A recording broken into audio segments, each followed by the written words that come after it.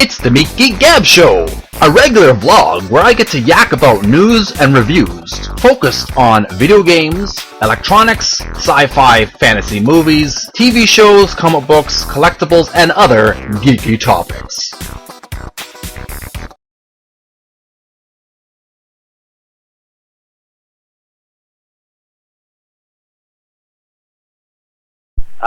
These are not the geeks you're looking for.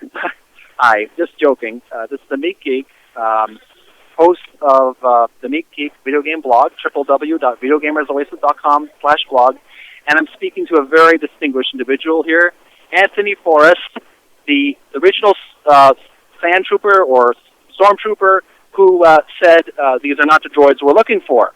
And it's a pleasure to meet you, sir. Want to say a few words to the people? Sure. This is the geek you're looking for. I'm totally geeky. Yep. I'm part of the whole geek universe. Yep. So, and this is the droid here. Excellent. So, do you want to tell us a few for a minute or so on what it was like working on the original Star Wars?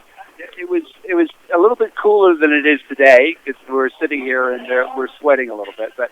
It was great. It was an exciting experience. I was young at the time, foolish, and I did crazy things. But it was, it's great to be a part of the Star Wars universe and have the chance to contribute as an artist in that way, and for it to be recognized in a phenomenal way. It has been over the years. It always awes me to meet the fans in that because they are some of the coolest fans in the world. Yes, who'd have thunk that it would become such a legend and fans all around the world have taken notice. Tell me, would you like to tell us what it was like working with George Lucas? Yeah, George is. I think the word is out that George is a shy person. He's quite shy. He's quite reserved, and he's very much a great inventor and originator. So one of the things that I think that is special about Star Wars is the fact that he stuck to his vision.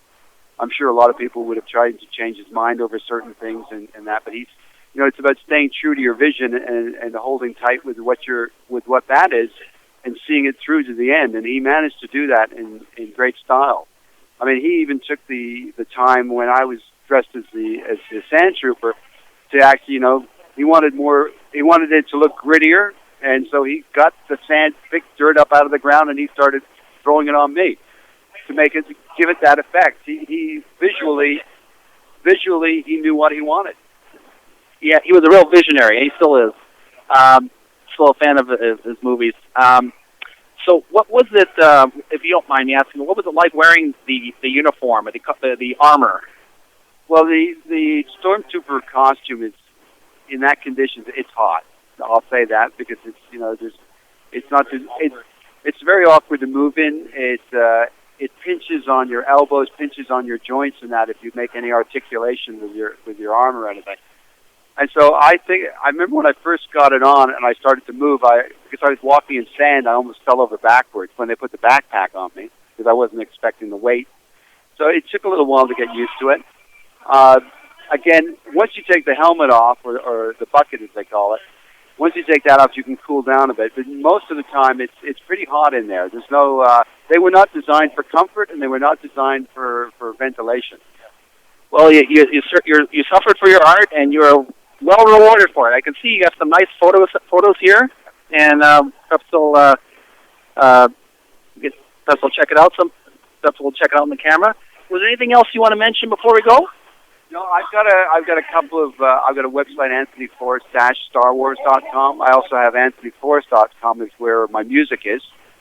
So if anybody wants to check that out, they can see what I do these days and what I'm involved in. Very We'll definitely post that on the video. Okay. Anthony, thank you so much for taking the time to speak to us.